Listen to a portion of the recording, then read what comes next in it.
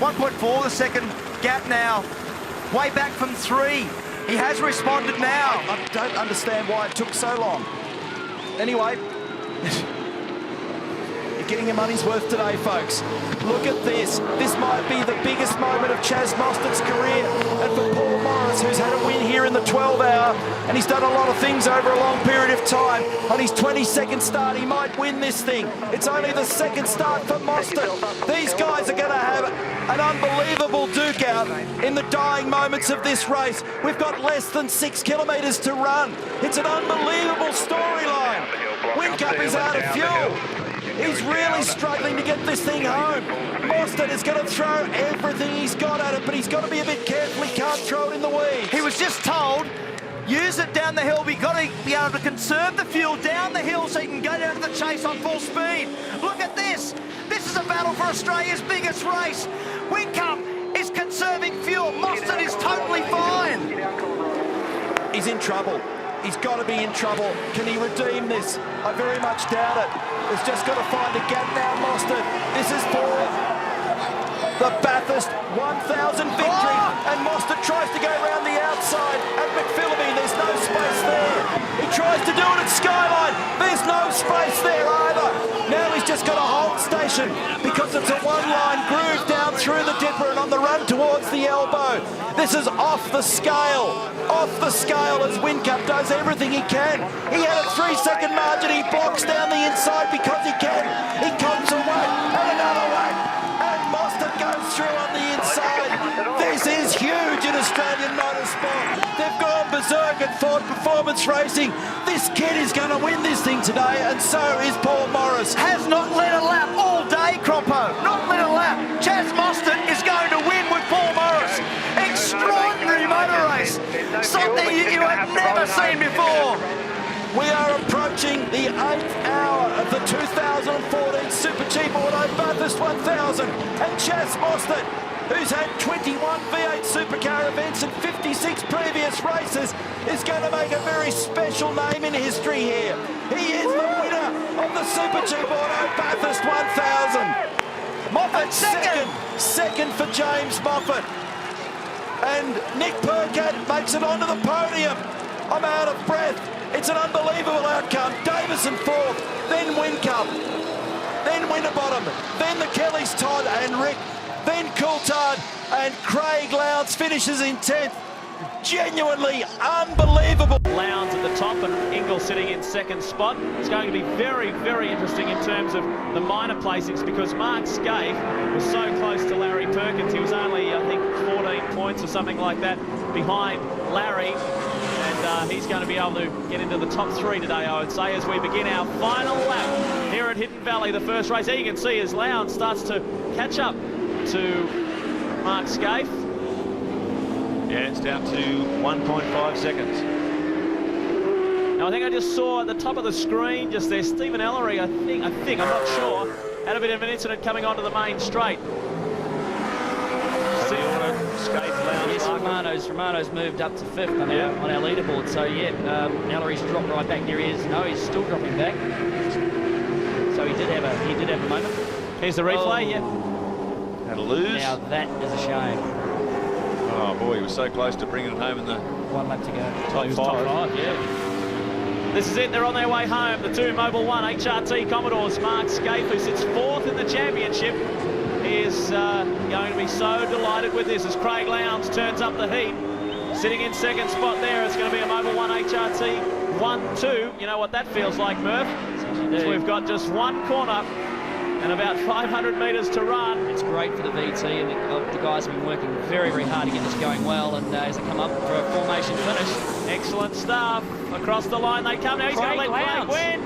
Comes across. What, Scaife's got problems, has he? Is he slowed? Slowed right down. There's smoke coming out of the back of his car, and Craig Lowndes has actually just taken the win on the line. And that's a championship improving decision. Championship points there up for grabs, and the team's obviously said, Mark, come on, we need the points. Craig can win the championship today if Russell has a bad day. If it all goes well, as things aren't going well for Dick Johnson, he had a bit of a spin there, and it's allowed a lot of competitors to come on through. Now Jason Bright has worked his way up into the top 10. Can you believe that, as we see this run on home here? Larry Perkins in there behind Dick Johnson. Wow, what a first race. What a way to begin this track's history with the Shell V8 Supercar Championship. Last replay from the other angle, but the lap later, they did almost the same thing, and it was only when they got the radio call that Lee buttoned out of it. So the tall guys did switch, as we thought, heading down into cold corner on the previous lap. Winterbottom's lining up for a shot here at Rick Kelly. And it's Radicic with less than half a second over Canto, and the same margin back pretty much to Stephen Richards. So half a second between the top three. Look at this, all nose to tail. And while Radicic is on his way to win from pole position, Dean Canto will be thrilled with a fine second if they stay as is. The hero of this race has been Stephen Richards in Jack's Black Rocket. There it is. Important breakthrough for Team Kiwi as well. Oh! Oh, he's been turned around. Canto has collided with Paul Radicic. He takes the win. Whoa! How about that for a finish? Tander hunting him down. It's under a second now. He's coming at him. A little bit of rain just starting to drizzle out there at the moment, but nothing like we thought might happen. I tell you what, he's on him. He's at him. Look at this. There's plenty of track left still. What's going on here? Oh, he's come up right on him. Can Garth Tander hold on and get past, or will Craig Lowndes keep the lead in this 500? A dramatic finish. Unbelievable. Side by side. Car number 2 shoots ahead, and the Holden Racing team have plucked it out of nowhere. Where did that happen? And how did that happen? What's all that about? It's an amazing scenario. In the last lap, he's come from nowhere with a pile of pace. Something must surely be up with the Team Vodafone car. That is out of control. Garth Tander. I think he knows Craig Lowndes. Look, they're swarming on him, the lap traffic, so he's asking what's going on behind in terms of Mark Winterbottom. But unbelievably, incredibly, amazingly, this man and Will Davison have all of a sudden, from nowhere, jumped up and become the LNH 500 champs.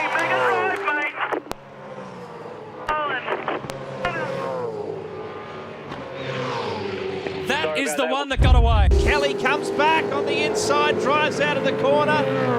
It'll be interesting again to the next. They've been side by side into the right-hander. Kelly switches across in front of him with a dramatic move. So there should be one lap to go. It's the final lap. It's a big battle here. Ambrose has a go. Scaife is run off the circuit. Now this is interesting. He's lost a lot of ground, and look, Engel has swept through in all that drama to take the victory, and Todd Kelly has pounced as well. So Ambrose and Scaife have come together in a costly battle.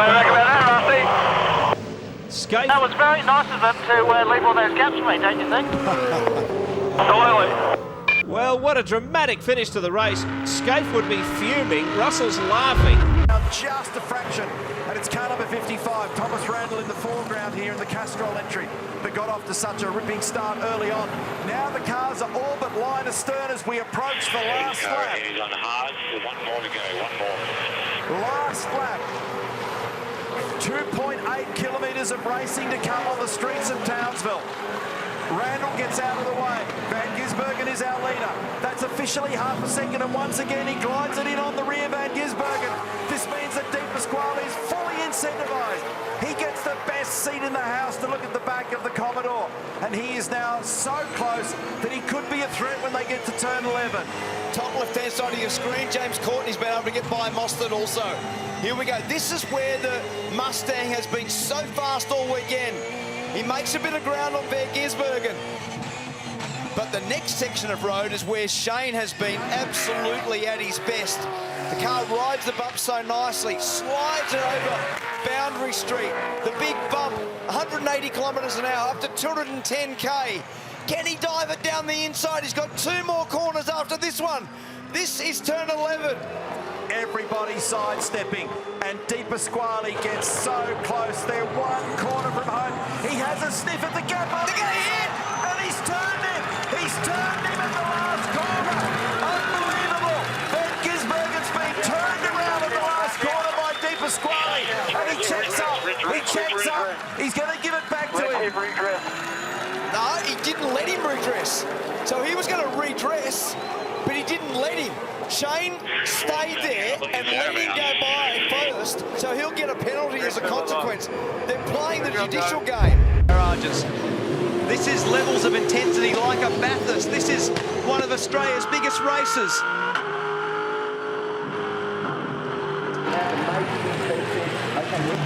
Will just asked, what number have I got to hit? It doesn't matter. You're going to have to, mate. Crowd are on their feet. This is a classic Ford versus Holden battle. Just stay in front of him. That's an understatement, isn't it? The elbows are going to have to be wide out for Will Davison to hold off a fast-charging Jamie Whincup. In pit lane, Mark Winterbottom. So a shot at a podium goes begging for Frosty. Now Will. Look at Jamie's. We know this feeling. This is like a qualifying lap. The lights are up like a Christmas tree. He's sliding the car. He's over the curbs. It's full attack. It's a maximum attack here from Whincup. His sector splits. His sector splits are awesome. That was Will Davison. It's coughing. He's in trouble. And Whincup will get him.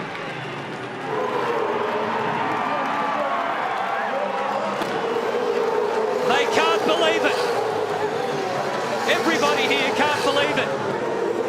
The stand absolutely erupted, and you have to feel for Will Davison. He took it all the way to the very final lap. The gamble didn't pay off for Ford Performance Racing, but you've got to applaud this man who's put together one of the most perfect efforts you'll ever see to claim victory in the season opener.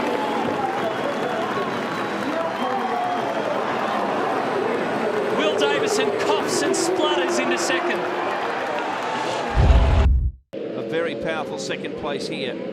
That's assuming Rick Kelly can keep it together. Lowndes is back in the pit lane as well. Well, Last lap, mate. Last lap, Rick. Last lap. so she's on here.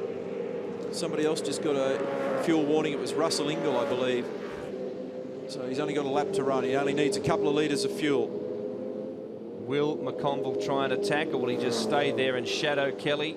Hopefully force him offline, because if he goes offline, there's enough muck on this circuit to bring about some problems. A few people are either not filling them up, or they're burning more fuel than the data that I've obtained, because it's probably more like the former than the latter. Maybe not just filling things right up. But certainly a few people talking fuel at this point in the race. So only half this racetrack to run now for Rick Kelly. Can he pull this off? McConville, it's a critical result for him. He really needs to get a decent bag of points, and on that podium, does he want to have a lunge or settle for second? Well, it's good bargaining position for Cameron McConville. Tander almost certain to leave Gary Rogers Motorsport next year. So will Cameron be the senior driver there? Will someone else come in and assume either a number 1 or an equal footing? Look at Bright closing in as well. As this race settles down, Kelly in defensive mode here. McConville not quite close enough, under brakes. Look at this! Get down there. Cameron McConville goes for the big move and pulls it off on Rick Kelly in the closing stages. That was massive. Into the main straight now. A drag to the finish here at Winton. And this is one of the great wins of the last few years. Cameron McConville. Left that gap opener, no idea. And they'll be dancing in the streets of Wangaratta tonight. Now he's got to make sure he's back to 0.8 of a second out of turn 11. He will do everything also, young Scott, to get back at the HRT Commodore. I reckon he broke the thread, Scapey. I reckon that little moment down there at Siberia was the telling moment. They're talking about fuel. Fuel, they're all talking about fuel. Everyone is. So there are 4 guys. Yeah, so on our early maths before Larko confirmed what he could see on the side tubes on the side of the tanks, we knew it was going to be tight. But I don't know that McLaughlin's going to get this one back. Now remember, the Tander was a race winner in Townsville earlier this year. This will be a welcome relief for him, because it would have been gut-wrenching what happened to him at Mount Panorama with he and Warren Luff and the damage to the car. Now McLaughlin's got back again, but it's a little artificial because the dive and just the natural seesaw as the cars arrive and depart the corner means that the gap looks to change, but once they stabilise on the other side of the straight, it settles down again. I don't know that Scotty can get him, but he's put up a very, very good performance. Try and lay a punch. Enjoyed the battle. And hasn't Tander been rock solid? He has not blinked. He looked like he was going to, but he hasn't blinked. Well, that little slide coming onto the straight was the only little murmur. We just saw a little mistake, and it was only because he was just pressing on as hard as he possibly could. Scott couldn't capitalise, and what a great battle it's been with these two guys. The experienced man with an unbelievable young operator, Croppo. So final turn now, car number 2, Garth Tander. Bathurst champion of years gone by. Oh, he's in trouble, he's run out of fuel! He's run out of fuel! You cannot, I was setting up to talk about Tander, and the opposite has applied. Scott McLaughlin has won this race. Scott McLaughlin and Volvo snatched it. They snatched it with 100 metres to go. They're going at the whole racing team. I was setting up to talk about a victory for Tander, and so were they. And all of a sudden it coughed. And this man, the youngest man in the field, has done it for the second day running. Scott McLaughlin, Valvoline Volvo, Polestar, get the job done. Unbelievable. Meantime, have a look behind. Mostert and Payne are right there in 4th and 5th. It's going to be a 5-way battle. No investigation necessary between 6-1 and 88. So there's been a call. From the umpire. It is game on. So that'll set the tone. It's on. It's on. Gloves off. Yeah. So we've got 1 lap to go. 3.91 kilometres. Feeney, Waters, Brown, Mostert and Payne in 5th position. There is only 2.5 seconds across the top 5 cars in the field, and our umpire has said no investigation necessary. So what you see is what you get. Is Waters going to be able to do anything? Brown's tucked right in behind him, and Brock Feeney might get not only his first podium, but victory at Sydney Motorsport Park. What an unbelievable race. We've argued for years that we should let this stuff play out on the track. And this is what's happened in terms of the play between these two teams, and the way that Will Brown was able to get involved in that actually helped Feeney massively. Waters runs into 6. He's only got 2 spots now. He's got over the hill and into turn 8. He's not close enough to put a move on here, but he does come off turn 8 better than Feeney. Can he fire down at the Mostert spot and get into the last corner on the inside? They're wearing each other's cars at the moment through turn 8 for the very last time. Brock Feeney is our leader. It will be a desperate lunge by Waters when they get up to the final couple of corners. There is nothing in it. And he gets right onto the rear bumper again and tries to get up the inside. It's going to be on, it's going to be on, it's going to be on. He goes down the inside. This is an extraordinary conclusion to this motor race. I think that Feeney might just hang on. What an absolute rip of the race. But he's coming down there. Oh my goodness, it's been a change. Unbelievable finish to that motor race. I am blown away by what I have just seen. Oh my goodness me. By the margin of 0.030. I would not have thought that was possible at the last corner. No way, absolutely no way. How's the side draft? And even the bump, Will Brown gave him a bump, pushed him wide, and then he come up there so straight. We played hard work today, mate. We played hard work, but we still got it. That is a remarkable finish. I love this game when it's like that. That was just absolutely incredible.